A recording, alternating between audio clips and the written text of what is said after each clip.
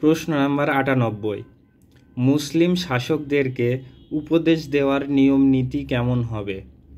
উত্তর, শাসকদের জন্য উপদেশ হবে একাকী গোপনে। এ বিষয়ে প্রিয় নবী সাল্লাল্লাহু আলাইহি ওয়াসাল্লাম বলেন, যে ব্যক্তি সুলতান বা মুসলিম বাদশাহ বা শাসককে উপদেশ প্রদান করতে চায়, সে যেন তা প্রকাশ্যভাবে না করে, বরং সে তার সাথে সাক্ষাৎ করে তার হাত ধরে নিরিবিলিতে উপদেশ দিবে। যদি তিনি তার উপদেশ গ্রহণ করেন তাহলে তা উত্তম, আর যদি না করেন তাহলে সে তার কর্তব্য পালন করছে।